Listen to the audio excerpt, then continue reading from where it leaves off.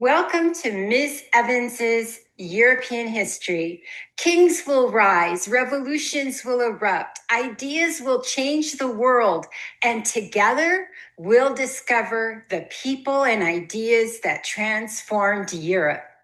Today we'll be talking about the causes, consequences, and outcomes of the 100 Years' War.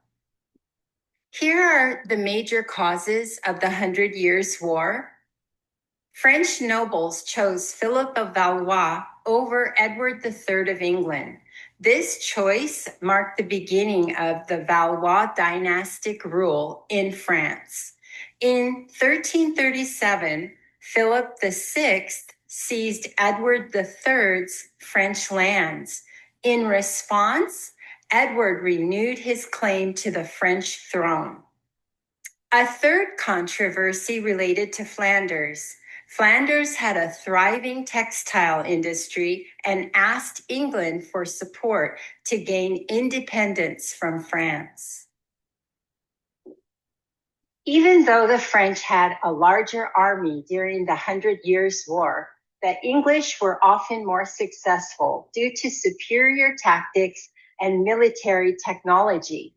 The English avoided large-scale pitched battles when possible and relied on raids and fast-moving attacks aimed at plundering, destroying, and capturing enemy knights for ransom.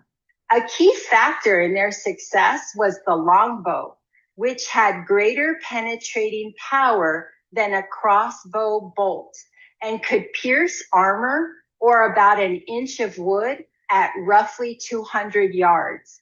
Longbowmen could also fire much more rapidly, about 6 to 10 arrows per minute, making them highly effective against French forces. When the English captured King John II of France at the Battle of Platiaz, France was thrown into political confusion. With the king imprisoned, effective authority fell to the Estates General, a representative council of clergy, nobles, and townspeople that had been first convened in 1302. Its main role was to raise money for wars, since in theory the French king could not levy taxes on its own. However, instead of uniting the country, the Estates General deepened divisions as nobles and townspeople used the crisis to press their own demands, leaving France politically fragmented during a time of war. In northern France, a peasant uprising known as the Sacquerie targeted nobles and their estates. It began amid unrest after the French defeat at Platiaz, sparked by long-standing economic hardship and political grievances made worse by war's devastation and heavy taxation. Remember, peasants were taxed to finance wars. This uprising was eventually crushed by aristocratic armies with brutal reprisals against the rebels. In England, the Peasants' Revolt of 1381 was suppressed by King Richard II, though he was still only a teenager at the time. In the years that followed, Richard faced growing accusations of tyranny and misrule, and in 1399 he was forced to abdicate. Parliament then chose Henry IV, the first monarch from the House of Lancaster. To secure his position, Henry avoided imposing heavy war taxes and took care not to alienate the nobility. Under his rule, England and France agreed to a temporary truce, bringing a pause to the 100 Years' War. Henry V renewed England's claim to the French throne, reopening the conflict with France. At the Battle of Agincourt in 1415, he personally led his smaller army and provoked a much larger French force into attacking a fortified English position, resulting in a decisive English victory. In the years that followed, Henry, aided by the Burgundians, gained control over Normandy, Paris, and much of northern France, achievements later formalized in the Treaty of Troyes, which even recognized him as heir to the French crown. Here's a fun note. In 2019, an epic movie titled The King was made underscoring this historical event. Check it out. In 1429, the arrival of Joan of Arc transformed the conflict. She was the daughter of prosperous peasants from a region in Lorraine, near Burgundy, an area that had suffered under English occupation.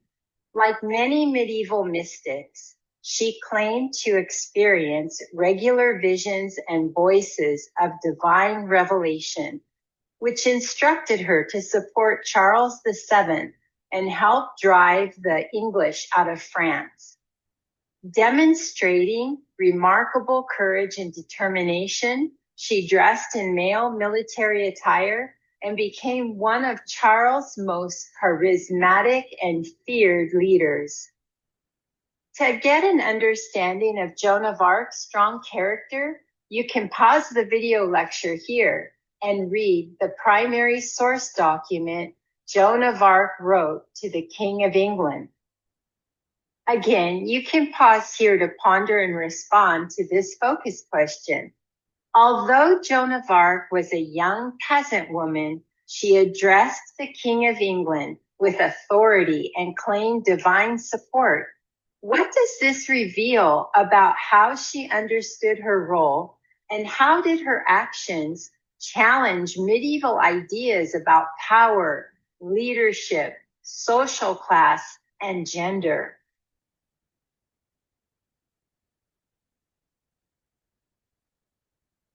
Joan of Arc's letter to the King of England is remarkable, not only for its boldness, but also for what it reveals about shifting power and identity in late medieval Europe. As a teenage peasant girl with no formal authority, Joan speaks with the voice of divine command, demanding that a reigning monarch recognize the legitimacy of Charles VII and withdraw his troops. What is striking is her confidence.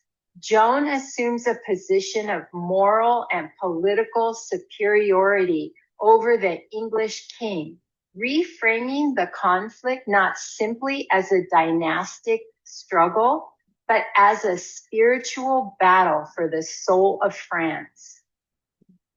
The war's conclusion ended English territorial ambitions in France, except in Calais, and strengthened French national identity, centralized royal authority, and marked the decline of feudal warfare. Before we end today's lecture, a few more notes. Joan of Arc inspired national identity and confidence.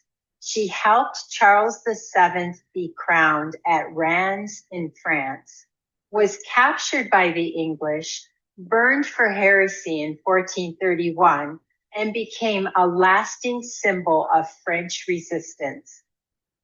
Although no one actually knows what Joan of Arc looked like, this is the heroic version of her painted in 1854, and it's displayed at the Louvre Museum in Paris, France. In closing, here's a final question to ponder. How did the 100 Years' War reshape the political, military, and social development of England and France? And how did Joan of Arc help influence its outcome? See you next time.